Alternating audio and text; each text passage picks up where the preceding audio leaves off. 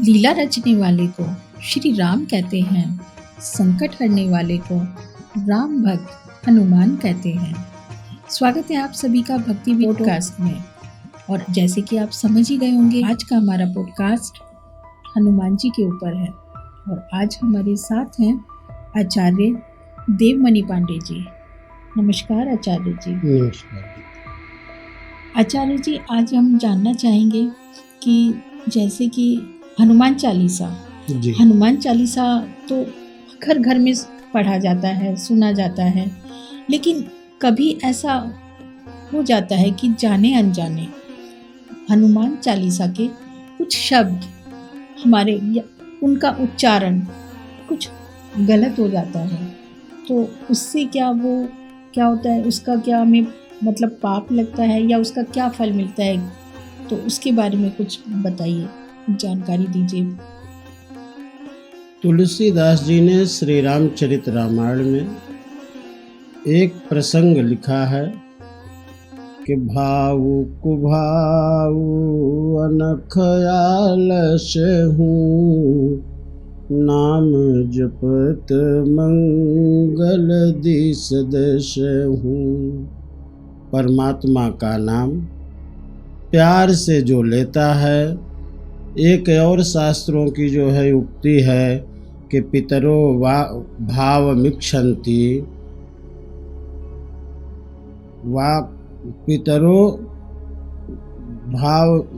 देवता भावमिक्षन्ति पितरो वाक्यमिक्षति।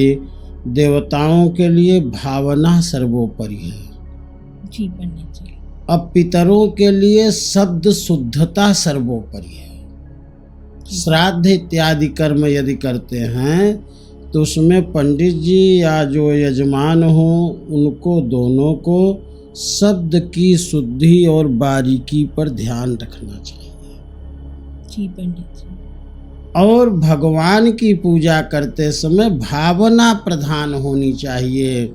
जैसे सबरी जो है चख करके बैर रखती थी, कौन से मीठे हैं कौन से खट्टे हैं, तो जो खट्टे बेर होते थे वो फेंक देती थी और जो मीठे बेर होती थी वो रख लेती थी।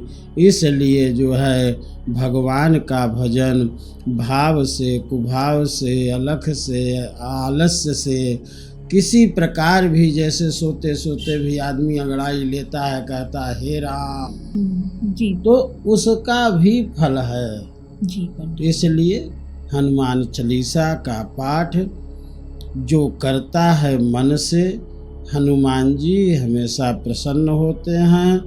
अशुद्ध शुद्ध जो है करने का कोई पुण्य पाप नहीं होता, क्योंकि भगवान के प्रति अब हम निश्चल भाव से यदि प्रेम करते हैं तो जो है चाहे रा कहें और चाहे मरा कहें,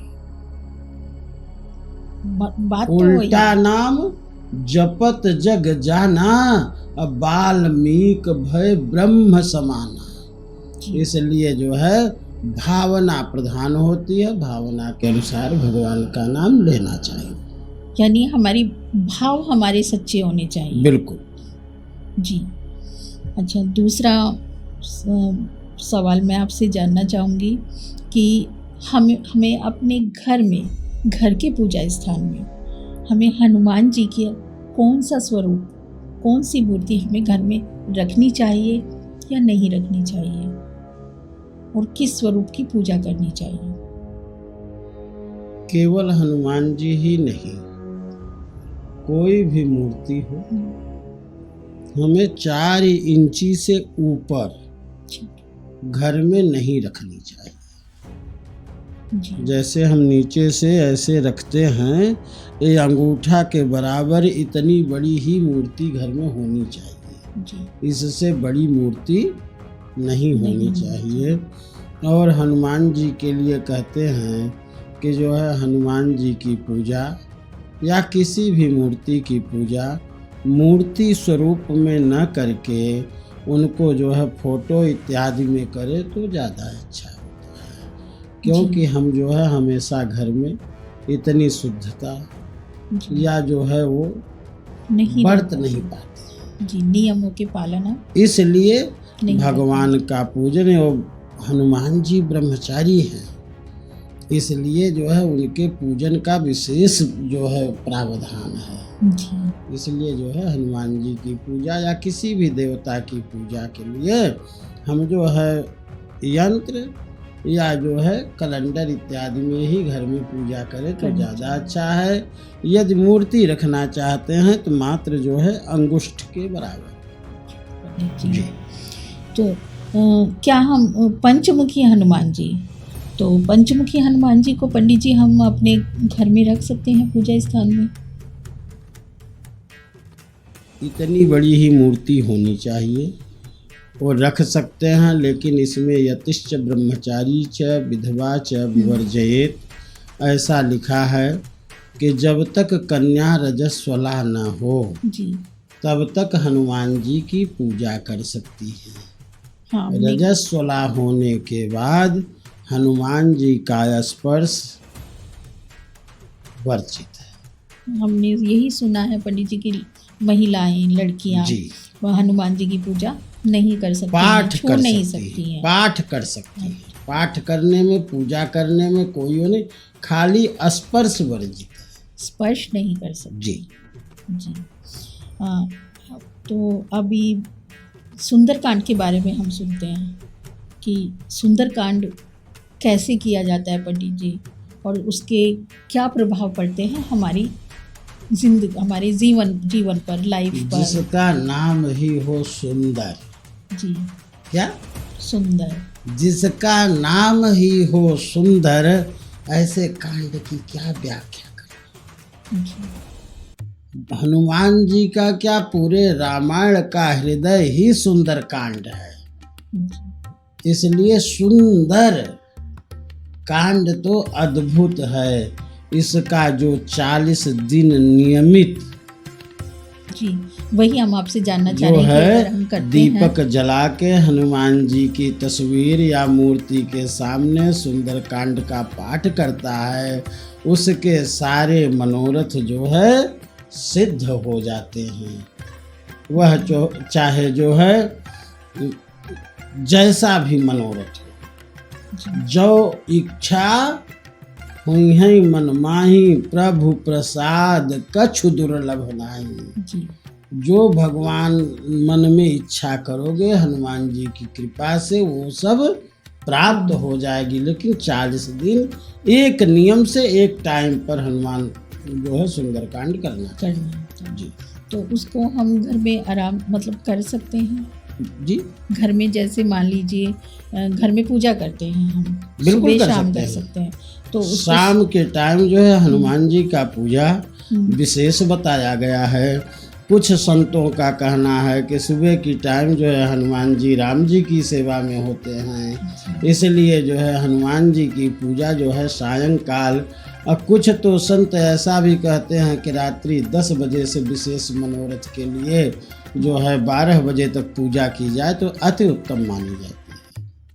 जी पंडित जी देखिए, अभी हमें सुंदरकांड के बारे में तो हमें पता चल गया, आपने हमें बता भी दिया कि 40 दिन हमें घर में उसकी पूजा कर सकते हैं किसी भी निमित्त मात्र के लिए। जी और हमने सुना है बजरंग बाण, तो बजरंग बाण क्या है पंडित जी? और उसकी कहते हैं बजरंग बाण का जो पाठ करता है वह जो है उठ उठ चल तो ही राम दुहाई, ऐसे राम की जो है दुहाई दे के कहते हैं कि हनुमान जी सारे काम पाठ करें, बजरंग बाण के हनुमत रक्षा करें प्राण की।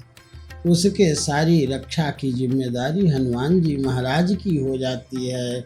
इसलिए बजरंग बाण जो है पाठ करना बढ़िया होता है, उत्तम होता है। लेकिन सुंदर कांड की जो है विशेषता अलग ही होती है। क्योंकि इसमें बजरंग बाण में सुना है पंडित जी कि बजरंग बाण में हनुमान जी को शपथ दिलाते हैं। हाँ। यानी उनको एक तो होता है प्रार्थना वाला भाव, और इसमें क्या, इसमें हम उनको एक आदेश वाला कि नहीं आपको ये है, आपने ये चीज़ करनी है। तो उसके बारे में हम जानना चाहते हैं पंडित जी। हम आदेश ये नहीं सही है? देते, सही है ये? हम जो है उनके प्रभु से प्रार्थना करते हैं कि उठ उठ चल तो ही राम दुहाई, राम कृपा, राम की कृपा है, राम की दुहाई है, मेरा आप कार्य कर दीजिए। क्यों कि मैं जो है उनके प्रभु से प्रार्थना करता हूँ कि हे राम जी, हनुमान जी को आप कहिए कि मेरा कार्य जो है जी कर जी। तो सही कहा आपने पंडित जी, क्योंकि हमारे मन में एक शंका आ रही थी जी कि भाई सुना था तो वो हमने आपके ठीक बात। सामने रख दिया। अच्छा पंडित जी, कहते हैं सुना है कि कलयुग में कल्कि भगवान जब अवतार लेंगे तो हनुमान जी उनका साथ देंगे। इस बारे में आपकी क्या राय है? हनुमान जी जब कृष्णावतार हुआ, महाभारत का युद्ध हुआ, तब भी हनुमान जी साथ थे। ध्वजा में अर्जुन जी के हनुमान जी बैठे हुए थे।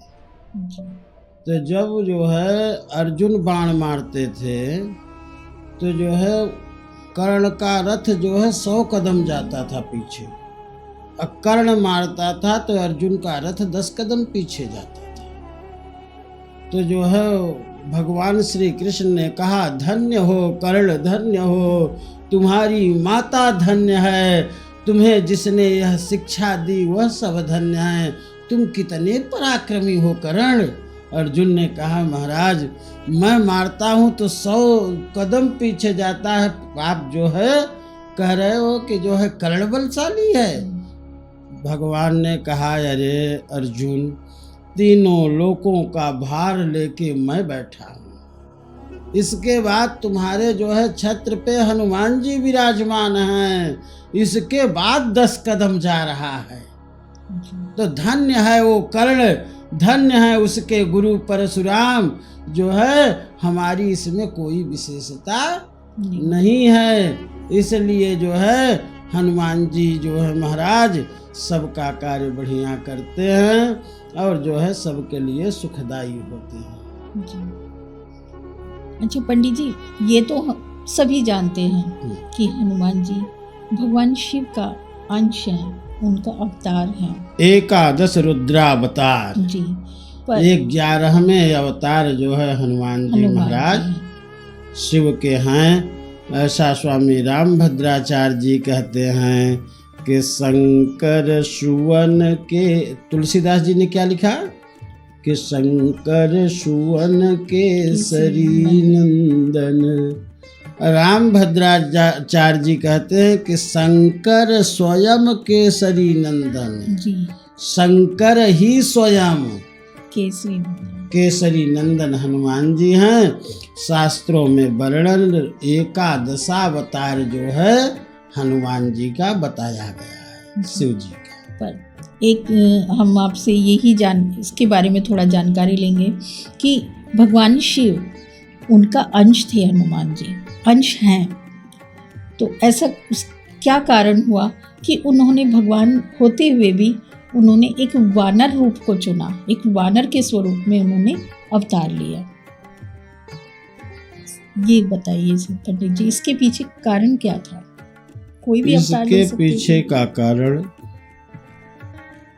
एक बार नारद जी को जो है बड़ा घमंड हो गया जी, अहंकार। नारद जी ने सोचा, अरे मैं तो जो नारद जी जैसा ज्योतिषी उस समय कोई जी। नारद जी ने जब देखा कि जो है अरे मैं तो पर ब्रह्मचारी हो गया। क्या हो गया? ब्रह्मचारी हो गया, अब मुझे जो है कोई डिगा नहीं सकता। जब उन्होंने शिव जी से कहा तो शिव जी ने कहा, ऐसा किसी से मत कहना, मेरे से कहे तो कहे। वही अभिमान वश क्षीर सागर पहुँचे और रमापति से भी कह दिया, भगवान विष्णु से भी कह दिया कि अब तो मैं जो है ब्रह्मचारी हो गया हूँ, ब्रह्मचर्य पे मैं जो है अपना जीवन जो है कंट्रोल कर लिया है, अब मैं ब्रह्मचारी ही तो भगवान ने अहंकार सोचा हो ये गया। अहंकार ठीक नहीं है, क्योंकि भगवान का भोजन ही अहंकार है। तुरंत एक जो है नगर का निर्माण करते हैं और उस नगर के निर्माण में भगवान स्वयं अपनी लीला से पूरी नगरी का जो है निर्माण कर देते हैं। जब नारद जी वहाँ जाते हैं तो राजा उन्हें अपने कन्या का हाथ दिखाते हैं। जी कहते हैं महाराज इसकी हस्तरेखा देखो, इसकी हस्तरेखा में क्या लिखा है, इस बालिका का क्या भविष्य है। नारद जी देखते हैं कि इस कन्या से जो विवाह करेगा वो त्रिभुवन विजयी हो जाएगा, वो कभी मरेगा नहीं। तो नारद जी देखकर मुस्कुराते हैं और कहते हैं कुछ देर बाद बताते हैं। उसकी सारी भाग्य रेखा जान लेते हैं नारद जी। फिर भगवान के पास जाते हैं और भगवान से कहते हैं कि हे परमात्मा मुझे आपका रूप चाहिए। तो कहे कौन सा रूप चाहिए? कहे हरि वाला। कौन सा? हरि रूप। हरि वाला। तो हरि माने बंदर भी होता है, हरि माने भगवान भी होता है। सारा शरीर जो है भगवान ने अपना दे दिया और मुंह जो है बंदर का दे दिया। जी और नारद जी खुश कि मुझे हरि रूप मिल गया। अब जहाँ जहाँ वो लड़की कन्या जो है जयमाला लेके जाए, नारद वहीं मुंह उठा के पहुंच जाए जी कि बरमाला तो मुझे ही पढ़नी चाहिए। अब बंदर का मुंह देख के वो जो है तो जो है दो राक्षस से जय और विजय जी जाए। जहाँ जहाँ दो भगवान शिव के गण थे वह नारद जी को कहते महाराज निज मुख मुकुर। पहले दर्पण नहीं था, पहले पानी या तेल में परछाई देखी जाती थी। तो उन्होंने कहा अपनी परछाई तो देख लो। जब नारद जी ने देखा कि मेरी परछाई में तो बंदर का मुख है, वही नारद जी को क्रोध आ गया और जो है सीधे गए। तो वही सुंदर स्त्री भगवान विष्णु के साथ जा रही थी। भगवान को देखकर नारद जी को बड़ा गुस्सा आया और उन्होंने कहा आज जैसे मैं अपनी पत्नी के लिए गया था और बिलखा रहा हूँ, मैं जो है नहीं समझ पा रहा हूँ कि आपने मेरे साथ ही व्यवहार क्यों किया। जाओ मैं तुम्हें श्राप देता हूँ कि तुम जो है अगले जन्म में जो है पत्नी के लिए ऐसे ही बन बन भटकोगे और तुम्हारी यही बंदर जिसको मुंह दिया है मेरा, यही बंदर तुम्हारी उस युद्ध में सहायता करेगी। तो यह जो है भगवान का जो है मुख बंदर का नारद जी का श्राप है। जी भगवान का 11वां अवतार जो है रुद्र का। इसलिए रामभद्राचार्य जी कहते हैं कि शंकर स्वयं केसरी नंदन, और तुलसीदास जी कहते हैं कि शंकर सुवन केसरी नंदन। ये जो है 11वें अवतार की कथा। अच्छा पंडित जी, हमने सुना है कि कल की आएंगे, कल की अवतार लेंगे भगवान। तो ग्रंथों में भी कहा गया है कि जब भगवान कलयुग में अवतार लेंगे तो हनुमान जी उनकी सहायता करेंगे। तो यहाँ भी हनुमान जी उनकी सहायता के लिए मौजूद होंगे। जी हनुमान जी महाराज अश्वत्थामा बलिर्व्यासो हनुमानश्च विभीषणः कृपः परशुरामश्च सप्तैते चिरजीविनः। जैसे भगवान का प्रागट्य कहीं भी होता है तो उनके सेवक जो है अनेक अनेक योनियों में उत्पन्न होकर उनसे पहले इस धराधाम पे आ जाते हैं। ऐसा लिखा है कि जब कलयुग का जो है लास्ट चरण होगा और जो है शास्त्रों में देश भर के माने नहीं को अबला, कोई बहन बेटी नहीं पहचानेगा, राक्षसों जैसा व्यवहार हो जाएगा। तो जब जब हो ही धर्म कहानी, बाढ़हि असुर अधम अभिमानी। जी। तब तब भगवान जो है अवतार लेते हैं। श्रीमद् भागवत में ऐसा लिखा गया है कि सुशर्मा नाम ब्राह्मण के यहाँ जो है भगवान कल्कि का अवतार जो है 24वां अवतार होगा। अच्छा पंडित जी, तो हनुमान जी महाराज भगवान और भक्त अलग अलग नहीं है, एक ही रूप है। शिव चालीसा में लिखा है कि कभी आप जो है रामेश्वरम में जाकर के अपनी पूजा राम जी से कराते हो और कभी राम जी की पूजा खुद करने चले जाते हो। तो रामेश्वर, राम ही ईश्वर हैं जिनके, एक शब्द ये भी है कि राम ही ईश्वर हैं जिनके, वो रामेश्वर हैं, और राम के ही ईश्वर जो हैं वो रामेश्वर हैं। दोनों शब्द, तो शिव और राम में कोई भेद नहीं है। शिव जी ने कहा कि मेरा कितना बड़ा भी भगत हो, यदि राम का द्रोही होता तो मुझे कभी पा नहीं सकता। इसलिए जो है हनुमान जी महाराज तो अपने प्रभु की सेवा में सदैव तत्पर हैं जी। इसलिए जो है उस समय क्या, वो तो सब समय ही यत्र यत्र रघुनाथ कीर्तनम, जहाँ जहाँ भगवान की राम कथा होती है वहाँ वहाँ हनुमान जी उपस्थित होते हैं। चाहे पशु के रूप में, चाहे जो है मनुष्य के रूप में, चाहे राम कथा जैसे होते हैं वैसे कहते हैं कि हनुमान बैठो आसन पर जब तक यह रामायण हो। उन्हें तो पहले ही बैठा लेते हैं, तो सदैव हैं और तब भी रहेंगे। अब पंडित जी हम ये जानना चाहेंगे कि जैसे कि कलयुग में कहा जाता है कि सिर्फ नाम जप करने से ही आप भगवान को प्राप्त कर सकते हैं, आप उनकी भक्ति पा सकते हैं, जबकि सतयुग के टाइम या सतयुग के समय में भगवान प्राप्ति के लिए कठोर तपस्याएं की जाती थी। तो और अब इतना आसानी से सिर्फ नाम जप से ही हम भगवान को प्राप्त कर सकते हैं, तो ये कहाँ तक सत्य है? कलयुग सतयुग में एक फर्क है। सतयुग में सैकड़ों हजार वर्ष आयु होती, कितनी जी, सैकड़ों हजार। पार्वती जी ने 87,000 वर्ष तक खाली भगवान शिव की तपस्या की थी।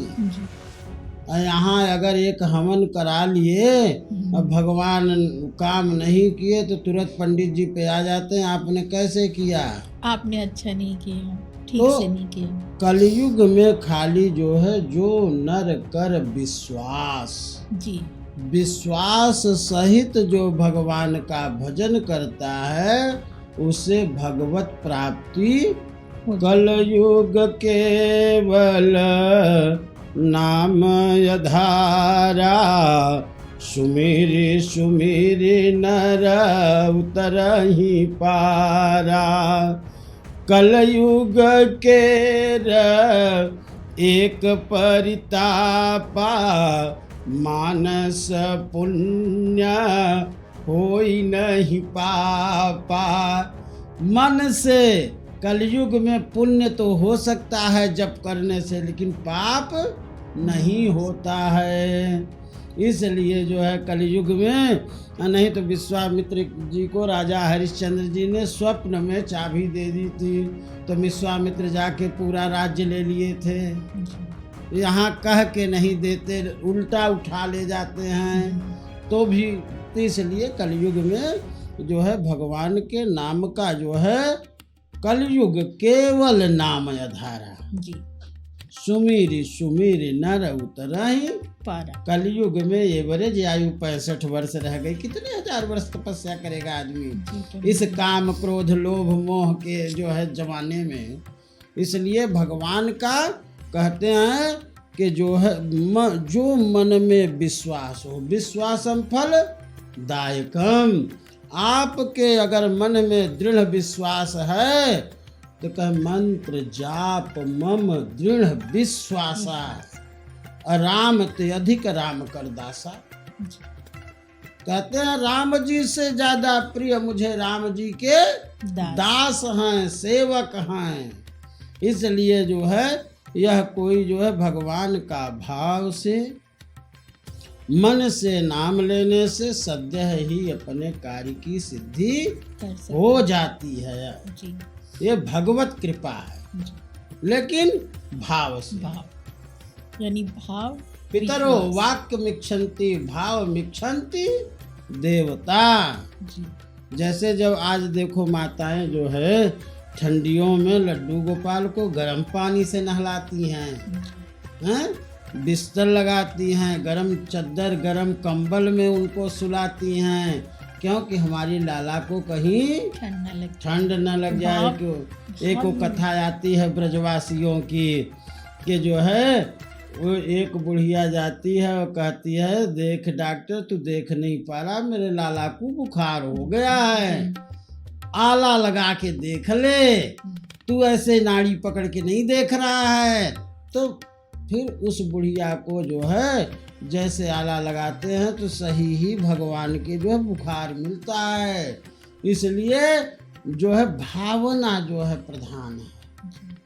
भावना से हमने जो भी किया वो हमें प्राप्त होगा, उसका फल जरूर मिलेगा। अवश्य अवश्य में वो भोक्तव्यम कृत कर्म शुभाशुभम। मन में संशय था कि कलयुग तो वैसे ही, मतलब कलयुग में तो वो सब चीजें हो रही हैं, एक पाप ही समझ लो, अधर्म समझ लो, तो उसमें इतनी कृपा कि सिर्फ नाम जप से ही हमें कृपा प्राप्त हो रही है। तो ये तो हमारे सौभाग्य की बात है। बिल्कुल। तुलसीदास जी ने श्री रामचरितमानस में लिखा हुआ है कि कलयुग केवल तुलसी राके कहत ही, निकसत पाप पहाड़, फिर आवन देता नहीं, देत मकार किमाड़। जैसे रा कहते मुंह खुलता है, माँ कहते बंद हो जाता है। इसलिए जो है भगवान का भजन निस्वार्थ भाव से जो है करने से परमात्मा अवश्य ही प्राप्त होता है। उसकी कृपा जो हमारे ऊपर पड़ जाए वही प्राप्ति के लक्षण है। जी जी। पंडित जी, हमने अलग अलग मंदिरों में देखा है कि हनुमान जी के हमें अलग अलग स्वरूप दिखाई देते हैं। कहीं उन्होंने पहाड़ उठा के रखा है, संजीवनी पहाड़, कहीं पे गदा, कहीं वो छेने बजाते दिखाई देते हैं। तो इनकी इन स्वरूपों की क्या महिमा है? जैसे एक माँ अपने बालक को छोटेपन से देखती है। जब भगवान श्री राम जो है पैदा हुए तो जो है वो 4 भुजाओं वाले, शंख चक्र गदा पद्म वनमाला विभूषितम, एकदम जवान आदमी खड़ा हो गया। तो कौशल्या जी ने कहा मैं बाप नहीं मांगी थी, मैं तो क्या मांगा था, पुत्र। इसलिए माता ने क्या आदेश दिया कि कीजय सुलीला अति प्रियशीला, मुझे छोटा सा बच्चा चाहिए, वो भी रोता हुआ, कि जय शिशुलीला अति प्रियशीला, यह सुख परम अनुपा। मैं तो इसके लिए जो है मनुष्य रूपा के रूप में हम दोनों प्राणी जो है आपसे इतनी तपस्या किए थे, बाप नहीं मांगा था, बेटा मांगा था। इसलिए भगवान को, हनुमान जी महाराज को जो जिस रूप में भजना चाहता है उसको उसी रूप में परमात्मा जो है मिलते हैं और उसको उसी रूप में जो है आशीर्वाद जी प्रदान करते हैं। इसलिए जो है जो भक्त होते हैं वो भगवान से लगन लगाते हैं, न कि उनके रूप से लगन लगाते हैं। जी इसलिए जो है हनुमान जी महाराज की सेवा, राम जी की सेवा करने से ही सद्यः फल मिल जाता है। उसमें किसी भी रूप में हो, ये तो किसी को जो है कोई कपड़ा अच्छा लगता है, किसी को कोई स्वरूप अच्छा लगता है। भगवान को जो भी रूप अच्छा लगता है उस रूप को जो है, जैसे हम लोग कहते हैं नीलाम्बुज श्यामल को मलांगम बंसी जब कृष्ण का ध्यान करते हैं तो बंसी जो है आ जाती है अपने ध्यान में। और जो है राम जी का ध्यान करते हैं तो कहते हैं दक्षिणे लक्ष्मणो जस्य वामे च जनकात्मजा पुरतो मारुतिर्जस्य तम वंदे रघुनंदनम। जी ये तो भाव है, जिस भाव में जो है भजोगे उसी भाव में जो है मैं प्राप्त हो जाऊंगा। ऐसे जो है भगवान श्री कृष्ण ने गीता में कहा है कि जिस जैसे आप चाहोगे वैसे जो है मैं आपको प्राप्त हो जाऊंगा। जी हनुमान जी अजर अमर हैं, सभी जानते हैं। तो इस धरती पर एक वही है जो शरीर मौजूद है वर्तमान में। तो उनको प्रसन्न करने के लिए हनुमान जी की हम कैसे पूजा अर्चना करें। और उनको सुना है कि पान का भोग, उनको पान का भोग लगाया जाता है। तो इस बारे में बताइए पंडित जी। हनुमान जी अजर अमर हुए माँ जानकी के उनके आशीर्वाद से। जी अजर अमर गुण निधि सूत हो। अजर अमर का जो है वरदान तो माँ जानकी ने हनुमान जी महाराज को दिया था। हनुमान जी को कहते हैं कि एक बार जब सब लंका से चलने लगे तो रावण का जिसका मकान ही सोने का हो जी उसके यहाँ किस चीज की कमी है, तो मोतियों की माला जो है विभीषण जो है विमान पे चढ़ के बरसाने लगे। हनुमान जी को भी मालाएं मिली, उन्होंने तोड़ तोड़ के देखा, उनमें राम नाम नहीं लिखा था। उन्होंने सारी मोतियां फेंक दी कि ये पत्थर मेरे किस काम का जिसमें राम नाम नहीं लिखा है। तो हनुमान जी महाराज अजर और अमर हैं। हनुमान जी ही नहीं, अश्वत्थामा, बलि, व्यास, हनुमान, विभीषण, कृपाचार्य, परशुराम और मार्कंडेय तथाष्टमम, मार्कंडेय ऋषि भी अमर हैं। इसलिए इनको कहते हैं अजर अमर गुण। अजर मतलब जो जीर्ण न हो, जो बुढ़ा न हो। अजर अमर गुण निधि सूत हो। ये सब कब हो गए, जब करहु बहुत रघु नायक छो। जब परमात्मा राम ने जो है भेजा जानकी जी के पास, उन्होंने प्रेम किया, तब जानकी जी ने आशीर्वाद दिया कि अजर अमर गुण निधि सुत हो। इसलिए हनुमान जी महाराज अजर और अमर हैं। उनका पान का भोग हम लगाते, तो पान के भोग से वो अपने अपने समय की नाना प्रकार की कथाएं हैं जी। कहीं कहीं तो यह भी लिखा है कि यतिश्च ब्रह्मचारी च विधवा च विवर्जयेत। यति को, तपस्वी को जी, ब्रह्मचारी को, हनुमान जी आजन्म ब्रह्मचारी रहे। यतिश्च ब्रह्मचारी च विधवा च विधवा को, इतने लोगों को पान नहीं खाना चाहिए। तो हनुमान जी महाराज को नाना प्रकार के उनके रूप हैं, नाना प्रकार से भक्त उनकी पूजा करते हैं। विशेष तौर पे हनुमान जी को जो है चोला और सिंदूर का पसंद है। जी। और जो है वह जानकी जी जब इतना सा सिंदूर दे करके राम जी को पा गई तो हनुमान जी ने सोचा मैं पूरे शरीर में जी। लपेट लेता हूँ जिससे मेरे से राम कभी अलग हो ही अलग न ही। सके। जी। तो सबसे प्रिय जो है अपने अपने समय में जो भगत को प्रिय है वही भगवान को। मैं आपको पहले ही बताया कि पितरो वाक्य मिक्षन्ति भाव मिक्षन्ति, भाव से हम जो भी उनको अर्पित भोग करें अर्पित वही करेंगे, भगवान को भोग प्रिय स्वीकार होता है। जी। और एक चीज और है कि हमें जो है कभी भी पूजा पाठ में दिखावा नहीं करना जी। चाहिए। अपने जितना यथा विभव विस्तरई है, अपने विभव के अनुसार न तो कंजूसी करनी चाहिए और न तो जो है उड़ना चाहिए। आडंबर नहीं हमें करना इतना करना चाहिए जितना हमारा विभव हो, जी। जितनी हमारी हैसियत हो, उससे कम या ज़्यादा भगवान का ऋण लेके भगवान का पूजन नहीं करना चाहिए। जी। क्या ऋण लेके भगवान का यानी पूजन नहीं उधार करना लेके चाहिए। बोलते हैं कि हमें भगवान पूजा तो जो करनी है जैसे आपकी जो है शायद आप काजू की बर्फी खाते हो तो भगवान को काजू की बर्फी चढ़ाओ, बतासे खाते हो तो बतासे बतासे। चढ़ाओ, क्योंकि जो चाहिए हमें आपको चाहिए, भगवान को तो खाली आपकी भावनाएं भावना चलिए।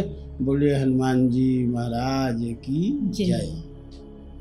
पंडित जी, आज आपने हमें इतनी महत्वपूर्ण जानकारी दी, उसके लिए मतलब मन से हम आपके बहुत आभारी हैं, बहुत आपका धन्यवाद करते हैं। और आपने अपना कीमती समय हमें दिया, उसके लिए भी हम आपका बहुत धन्यवाद करते हैं पंडित जी। ये भगवत चर्चा के लिए जितना भी टाइम निकल जाए उतना अच्छा होता है। इसमें कृतज्ञता भगवान की है कि हमें इस लायक बनाए हैं। सब उन्हीं हनुमान जी की कृपा है, उन्हीं की कृपा से हम आप दोनों जो है इस शुभ कार्य में लगे हुए हैं, जिससे जो है थोड़ा बहुत लोगों को भी ज्ञान प्राप्त हो जाए। इसलिए बोलिए हनुमान जी महाराज की जय।